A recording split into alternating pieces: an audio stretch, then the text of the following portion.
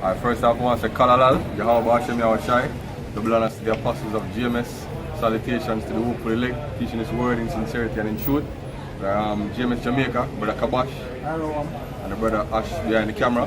I basically want to do a short session on the importance of reproof, right? Because you have a lot of niggas, we don't want to call them brothers, you know, a lot of niggas that come around GMS and in the other camps as well, that basically they're emotional, right? You correct them and they get offended, you know, their feelings get hurt and they take this thing personally, right? But what they don't know is that in order for you to be a man of the Lord, you have to constantly be reproved and corrected, right? Because all are going to fall off by the wayside every now and then. And you take a brother, see him to reprove you and bring you back to the fold. Right? So it's important for you to know how to receive that correction with humility, right? And look within yourself and know that, you know, it's not a personal thing, right? No man that try to hurt your feelings, right? We just actually try to look out for you, right? Proverbs 15. This is Proverbs 15 verse 10. Correction is grievous unto him that forsaketh the way, and he that hateth reproof shall die. So correction, seeing, is grievous unto him that forsaketh the way. So the man who decides, say, yo, like we have a brother, seeing a guy in the camp, right, him do something wicked and carnal, and instead of bringing it to the camp, he actually say to a carnal man that him don't want the issue come to camp. Right? And the reason why I'm saying that is because him don't want to be corrected. Right? So the scripture says, correction is grievous to him that forsaketh the way. So basically what him do is him forsake the way of the scriptures, right? And him seek to hide the folly what him do. Right? Adding more wickedness upon the fault where him commit. Right? And the scripture says, he that hateth reproof shall die. So if him continue along that path, to hide from reproof, seeing him gonna die, meaning the truth will get taken away from him. And he's going to start wandering in the valley of the shadow of death until him physically get put to death by the Lord. Right? So, Proverbs 10 verse 17. He is in the way of life that keepeth instruction, right, but he that refuseth reproof erreth. So even as young men in the truth, see, we need to be instructed basically. All we need to be instructed, but on different levels. Right, so especially the young one, then we get instructed from our apostles and elders. Right? If you can't follow that instruction, then basically you're going to do something stupid, because you have to take it upon yourself and say, alright, we know what I do. See, and you have to do something stupid, and then when somebody try to correct you, you have to take it personally.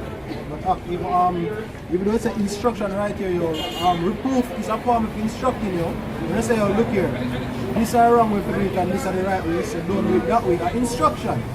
So I know some instruction they give you, you know, some like your father will instruct you and say, oh, move from this boy. And instruction you have to move from somewhere, but it move. But so next time we say, oh, don't go this or something like that. Either way, an instruction, yo. And the scripture say, yo, remember this and show yourselves men. And again, it says, gird up thy loins like a man. So if you get reproved and it's in a harsh way, right, or an aggressive way, right, don't take it personally, yo. Don't be thin-skinned, right? The Apostle of Bible said, as a man of the Lord, you have to have a thick skin, yo. You can't be thin-skinned. Any little thing where brothers sit here can always offend you and hurt your feelings, yo. You have to put your feelings aside when you come to the truth, yo. Right? Your carnal defenses will protect your ego and protect your self-esteem. Them things you have to get shed when you're coming at the truth, yo. You have to be truly naked with brothers, yo. So why is the Lord, why you think a brother will reprove you, yo? A brother not reprove if you tear down, yo. Because if you miss this brother, I'll go off and reprove it. The whole fact that I see him, I'll go off and reprove means that I carry him, I try to carry him back. Likewise, if you do the same to me or any brother, that's the whole purpose of reprove. That's why a lot of people don't know that reprove, part of reprove is love also, yo. Clean, open rebuke is better than secret love. Right? Because the thing is, you know, all our wicked, yo. So, reproofs are inevitable. Because the flesh, all gonna make we do stupidity a lot of the times, yo. Right? The least amount of times you do something stupid, the better. But it's inevitable, yo. None of them are perfect. And the scripture tells us that a righteous man fall at 7 times, but if I go get up again. Right? So every time you get up, sometimes some of the time when you fall, you have to be reproved by a brother in order to lift yourself up again. Right? And that same brother reprove you might be the one to lift you up too. Hey, right? So it's important. Even the Apostle Arab do a breakdown recently that if you want us to reprove you, or you want the Lord to reprove you. Can. Hey, look on the children of Israel in the land in the wilderness, yo. Them say them want to speak to the Lord directly. And when the Lord speak, the whole of them tremble, yo, and them heart feel. And them say, yo, Moses do it. So that's a good thought to keep in your mind. Right? If you feel so offended when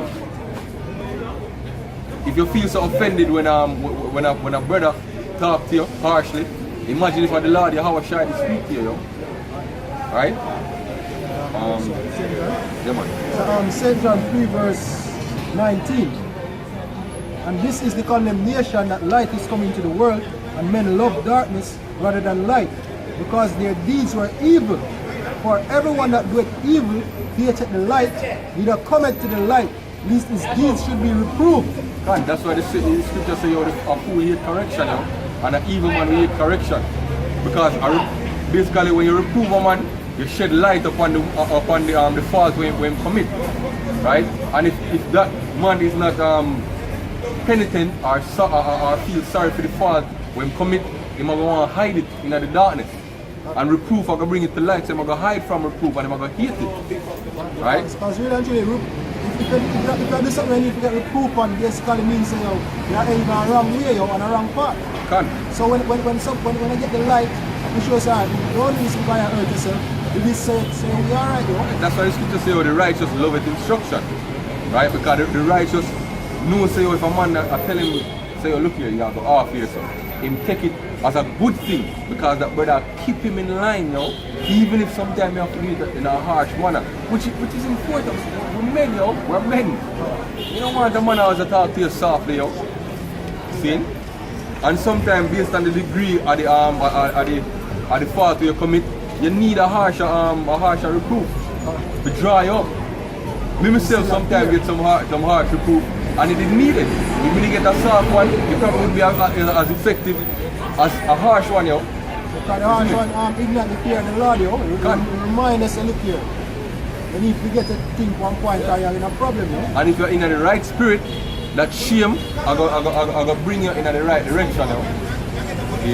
So you basically bring your point on that. Just get the last one. So Ecclesiasticus 4 verse 21. For there is a shame that we get sin, and there is a shame which is glory and grace. So you have two types of way you can react to reproof, right? You can, first of all, both ways you have to be ashamed. You have to be ashamed because you do something wrong and you get exposed, so you feel naked, you feel ashamed, right? So either that shame can push you into something further wicked and further isolate yourself from brothers, or that shame can bring you glory and grace, meaning it humble you, right? And you correct yourself and bring yourself back into the fold. Because you know, if you're with sincere brothers, we now pray you, and I like if we correct you upon a carnal matter today, we're going to constantly pray you. As a man, we're stupid and rare. No, because all the way we fault you. So if you do something out of the way and we'll correct you on it, right? You don't need to feel ashamed around brothers, yo. All that long, well prolonged. You have to feel ashamed at the moment, but you don't need to have that prolonged shame, because all the way have the same devices when we fall from every once in a while, yo. So I'm just building up overall, yo. Just building up, yo. So just to repeat, saying a wise man love instruction, and especially you younger men, saying always be open and receptive to reproof from elder men in the camp, yo. Because it's important for your spiritual well-being, right? Don't be stiff-necked and protected by your pride and your ego, yo. Lay that aside, right?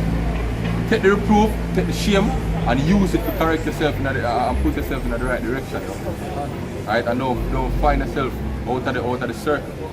Right? So with that again, we say, Kalalal Yahweh Hashem Yahweh Shai.